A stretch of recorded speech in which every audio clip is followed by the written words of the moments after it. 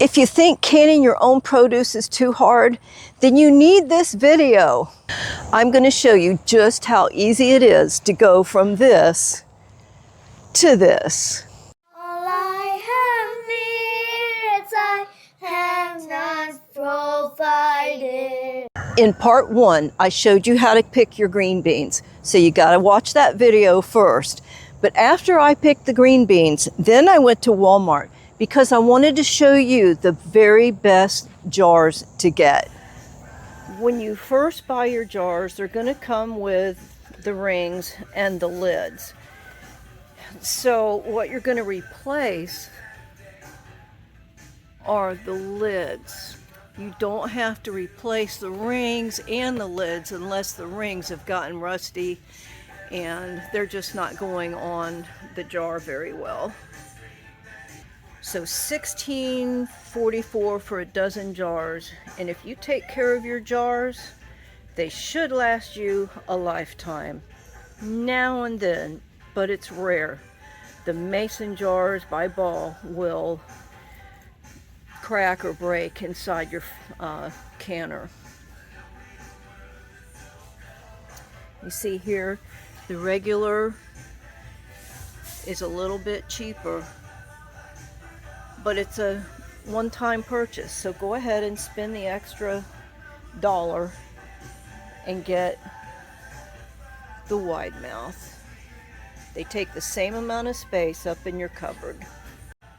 So you see here, the regular lids go on these kinds of jars. It is a smaller opening. The wide mouth is $4.97, and in my opinion, they're worth it. They go on lids on jars like this. It's just easier to get the food out of it. Now, you can use your rings over and over again. I highly recommend that you get Ball.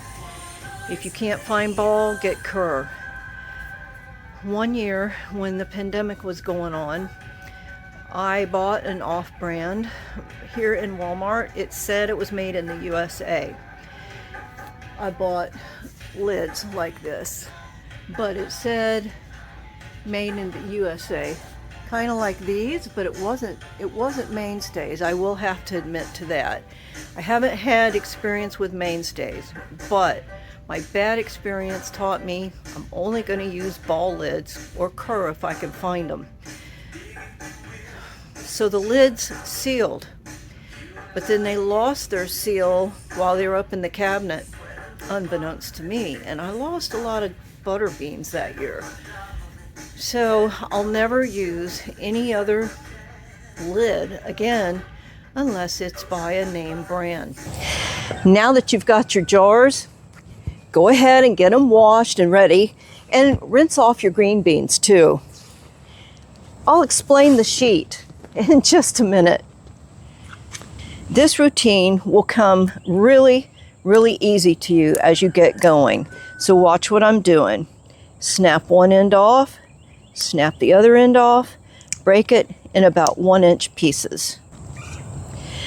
Snap an end off, flip it around, snap an end off, break it in 1-inch pieces. Do you see what I'm doing with the ends? That's why I put a sheet down. That way, when I'm done, all I got to do is gather up the 4 corners of the sheet and take those ends out to the compost.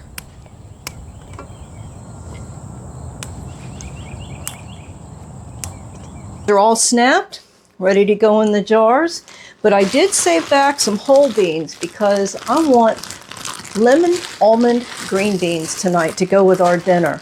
I made a video about that. It's super easy and super delicious. I'll leave a link in the description below. I will reuse my lids, but I'm very, very picky about the condition of the lids. If you're not comfortable doing that, please, I did not tell you to do it. It's just what I do. So let me pull out a brand new one. Okay. So you see the difference here? If there's any damage to the white, see where it's nicked off here? I will not use it. On the small one, the same thing. Let me pull out a brand new one.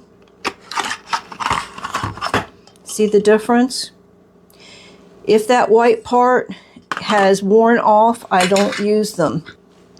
Another way that I won't use them is if you see where I've opened it here, if it's just a little bit like that, I can reuse it. But if it's a lot, I can just bet that this seal is not going to reseal because it's been bent out of shape. That seal needs to fit real tight over the top of your jar. Like this one, it's going to fit real tight over the jar.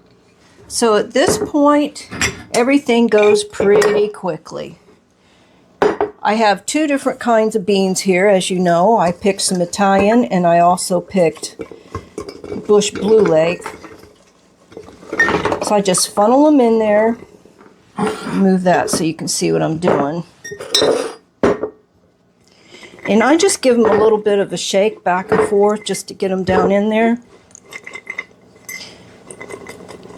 Just shake them. Don't pack them with your hands. Okay, you see how that's all the way to the top? The goal is to get it just to the top of this little, they call that the shoulder here. Just to the top or the bottom and a little bit further down from that ridge right here. Whoop, runaway bean. Okay, so what do you do in that situation? Well, okay, that's good. Even though they're not totally filled, it's okay.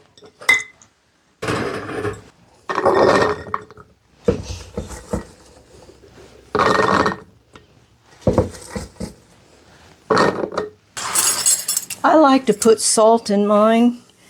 This standard is a teaspoon per quart.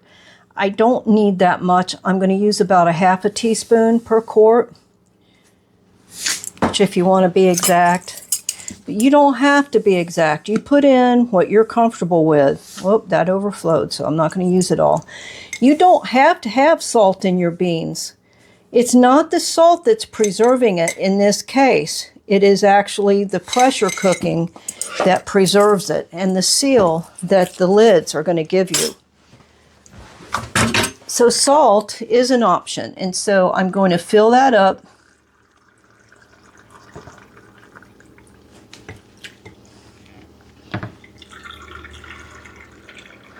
All the way to the bottom of the screw ring there. A lot of people who can their produce will say you have to debubble this.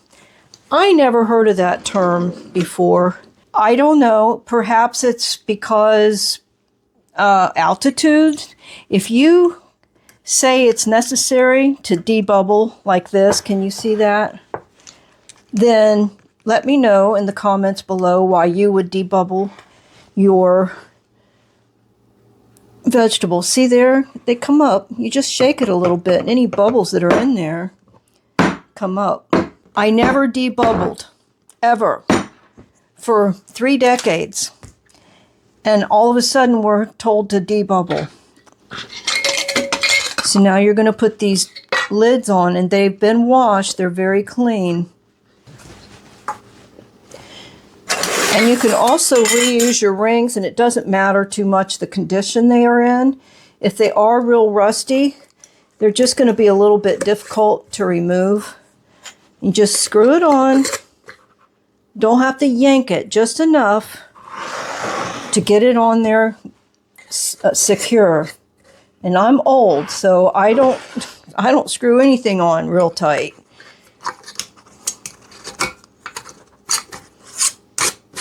Just make sure it's seated on there good. Did you see how I had to finagle it so I knew it was on there right? I bought my canner about 35 years ago. If you take care of them, they'll last you for a lifetime. The only thing that can go bad is the rubber insert. But again, if you take care of it and dry them off after you're finished using them, and you can add a little bit of oil to them after you're finished using them, it'll get it to last a little bit longer. You can replace the inner seal. Just make sure that it's exactly the one that fits your canner. So my canner has the top jiggler. This is a 5-pound pressure that fits right over the top, like that. I can add 1 ring to make it 10 pounds of pressure. I can add another ring to make it 15 pounds of pressure. I've never used the 15 pounds. I don't need it. I think that's for higher elevation. Again, if you know, make a comment. I would love to know that. Why do we have a 15-pound pressure? Anyway, I've always used the 10-pound pressure, and it's going to sit right on top. Now, some of you might be saying, but Debbie, weren't you supposed to put boiling hot water in here? I was taught just put water in there, and it's worked for me. I've never had to put boiling hot water in over the top of the beans once they're in the jar. If you feel more comfortable following those instructions, then please, by all means, do that. I've never had to do it. And I've never had a jar of beans go bad, except for when the seal doesn't take. Let's see what that looks like. Okay, now you can put pints in here as well. I think you can fit 9 pints. I don't do pints very often, so I honestly don't remember. But the main thing is you've got to have that water at least halfway up your jars. And you might be wondering, what's the vinegar all about? I just put a little splash of vinegar in there because it keeps the hard water from sticking to the outside of the jars. It's not absolutely necessary. It just makes a prettier finish. That's ready. I'm going to turn on the heat extra high, and then we'll process. Processing time is 30 minutes for quarts, 25 minutes for pints. Processing means from the time that this starts jiggling. So it's going to take a while before that gets to the temperature where the pressure of the steam that's built up will cause this to jiggle. So when it does, I'll come back. Okay, it's now jiggling. We're going to time 30 minutes. Timer 30. Now you can hear it boiling on the inside, and this little safety valve will jiggle around for a few minutes before it actually builds up to the pressure. So don't mistake that for the jiggle. It's got to jiggle. Now I'm going to turn this down to low, and then I'll keep an ear out for that jiggle. It needs to jiggle at least 4 times a minute. So as long as you've got at least 4 times a minute, you're okay to just turn that heat down. You don't have to have it full blast. So turn it down.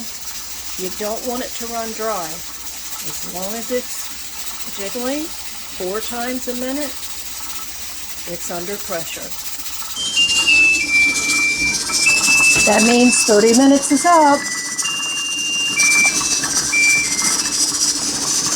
I've been cooking my other beans too. So at this point, you've got to let the pressure come down naturally. That means leave it alone for at least 3 hours. This little press safety valve here will go down. So I'm going to push it off.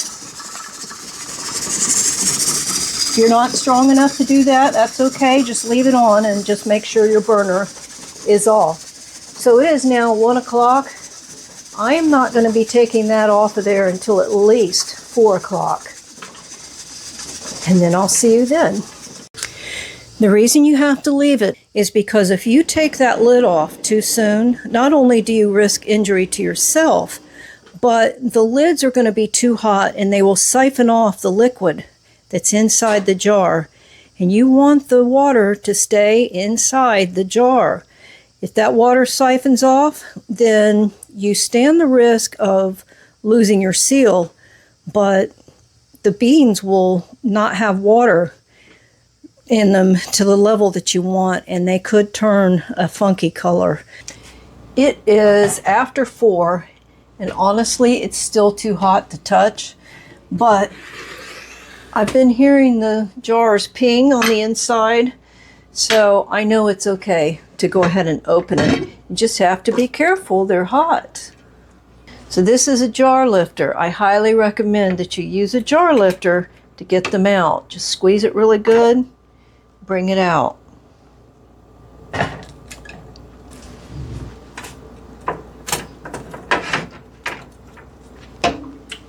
There's the Italian beans.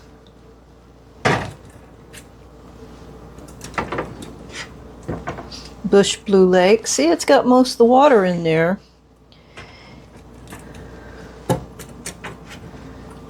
They look good. I hope I've inspired you to grow your own food. Harvest it. Preserve it. It's very satisfying. My poor bread, well, I had to grind some more flour. And I'm going to try again tonight. And hopefully I won't forget it tomorrow. Stick around. I'm going to try to open this guy. I don't know if I can saw it or not. If you don't mind, please take a moment, give it a green thumbs up. Why not subscribe? I've got lots of videos to help you grow your own food too. Okay, let's see if I can actually cut it. I've got an assortment of knives. Let's see which one.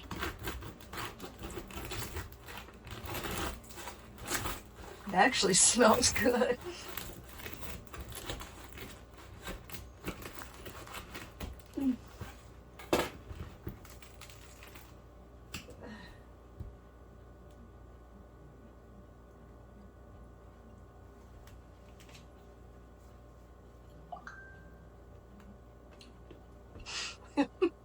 It's good.